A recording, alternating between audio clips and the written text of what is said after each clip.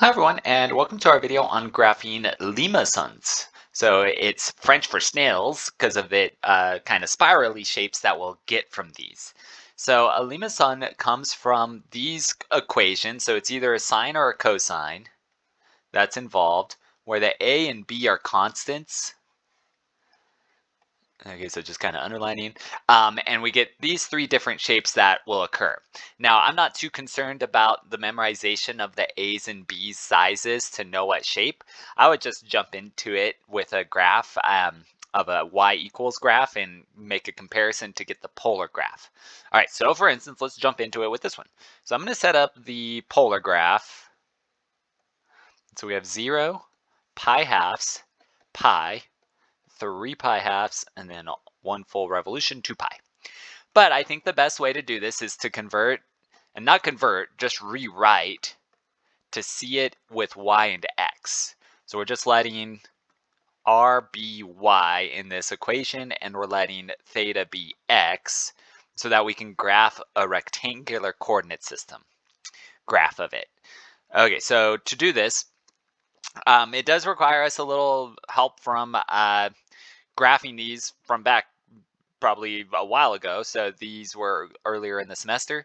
But the way that we could break it down is we know the sine function has a period of 2 pi. It usually starts, let's do it like this.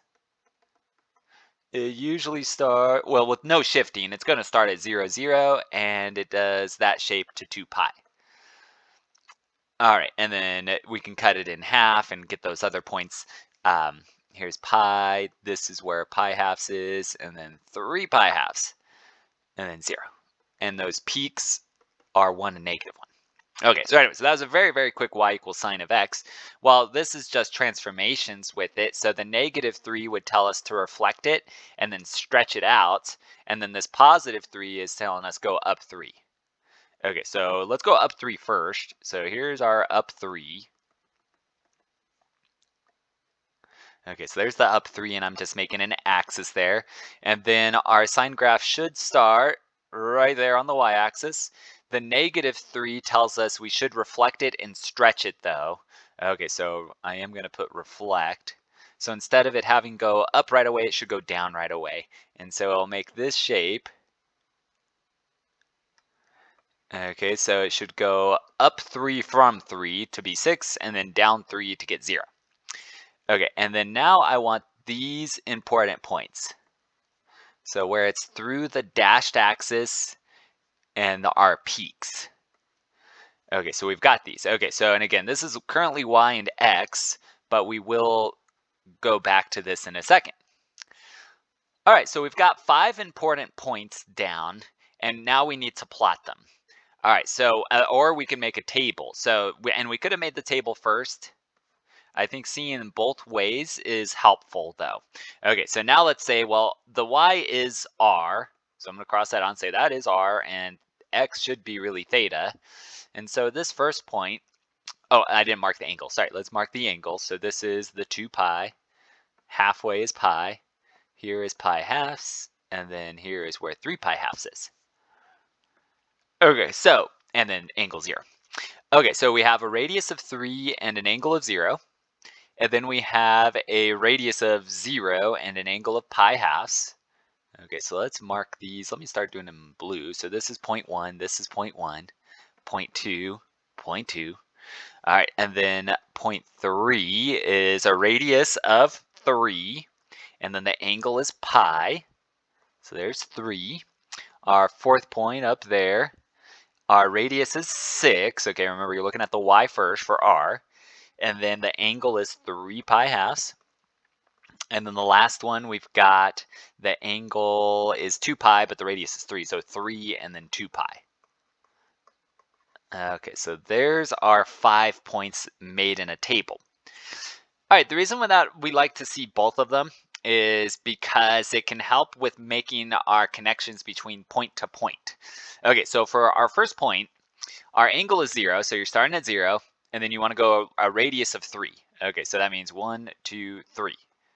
And then now we've got our point right there. So there's 0.1.